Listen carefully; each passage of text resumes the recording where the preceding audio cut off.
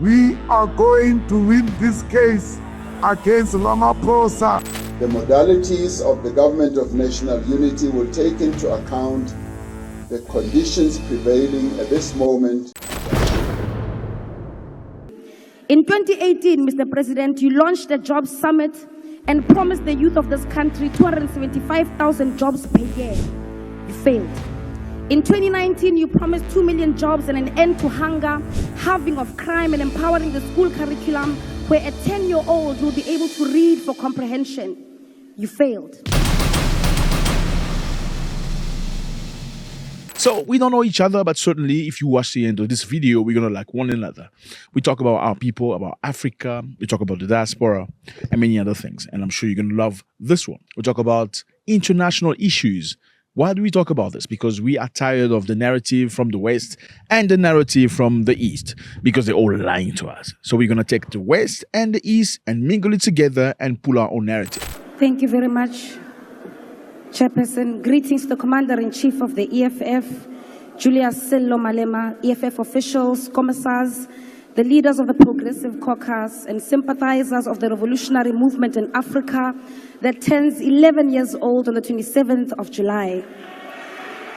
To be young is to be in a stage of becoming, of working towards your goals and aspirations to transition from being dependent to independent. However, the youth of this country are perpetual children, and some will never know independence until their old age. At the realization of how doomed we are under your leadership, Mr. President, thousands continue to give in to Nyaupe, and young women and girls amount to bottle girls for you and your friends at the peak of their vibrancy and zeal for life and prosperity. We live with our parents, and finding a 40-year-old man asking his mother for bread is more common than otherwise. This phenomenon is known as the Ramaphosa economy. Joblessness, poverty, and constantly questioning if we are truly the young adults of today. In 2018, Mr. President, you launched a jobs summit and promised the youth of this country 275,000 jobs per year. You failed. In 2019, you promised 2 million jobs and an end to hunger, halving of crime, and empowering the school curriculum where a 10-year-old will be able to read for comprehension. You failed. In 2020, you unveiled a 100 billion rand fund to create jobs in the public sector for the youth. You failed. You launched the NSP against GBV and femicide, and 4 years later, on the eve of elections 2024, the murderer of Kidisaleti Elsin Donje was granted bail of 2,000 rands. You failed. In 2021, you spoke about building new cities, and the National Youth Development Agency would fund 1,000 young entrepreneurs in 100 days. You failed. In 2022, plagued by your own failures over the years, you promised the National Youth Service would create a modest 50,000 jobs in its first phase. You failed. In 2023, you came here and praised yourself for the Youth Employment Service that placed 100,000 youth in peace jobs that lasted nothing more than 12 months. Once again, you failed. Yesterday, you came to this house and promised 2 million jobs to the youth of South Africa. It is thus fair and deliberate to then say that this time next year, the result will once again be not achieved and failed. When you became president in 2018, youth unemployment was sitting at 43%. And nearly 7 years into your presidency, youth unemployment currently sits at 45% for individuals aged 15 to 34 and a whopping 59% for young people aged 15 to 24. Your presidency is characterized by many promises and many failures. It is now apparent that as the youth of today, we must ready ourselves psychologically like the youth of 1976 for the biggest fight against the establishment. The establishment has charged you, Mr. President, at the forefront as the weapon that is formed against us. The youth of today, like Nelson Mandela, who is now hailed as an icon of peace, must be ready to be called terrorists. We must be ready to be called criminals. We must be ready to be jailed for crimes we did not commit. We must be ready to be character assassinated like Idam Dwana, Robert Sobukwe, Unkgopotshe Tiro, Steve Biko, Winnie Mandela, and Julius Malema. But amongst ourselves as the youth of this country, we know who the true criminals are. We know who stole our land from our grandmothers. We know who stole our mines. We know who stole COVID-19 funds that was meant to keep our people alive. We know who stole Tembisa Hospital money.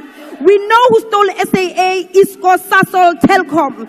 We know who is now stealing Eskom, Transnet, PRASA, and even privatizing our water.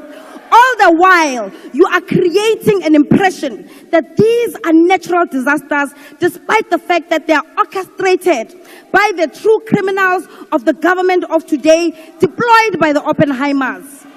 We know who stole the money that is meant to eradicate pit toilets in the Eastern Cape. We know who stole NSFAS money. We know the mafias of the Steinhoff heist. We know the thugs of the Skills Development Fund. And we definitely know who the #1 money launderer is.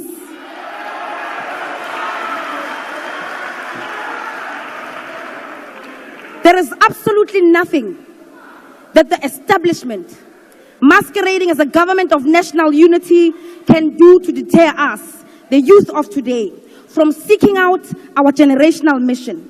The government of the ANC has not fooled all of us. It is under the ANC that we saw privatization of state-owned entities at a large scale, much higher than that of the apartheid government. A trail of privatization that is so aggressive that even our healthcare isn't spared through the NHI. The rise of the establishment and the collapse of the state takes shape under the government of the ANC. That is the legacy of the ANC today.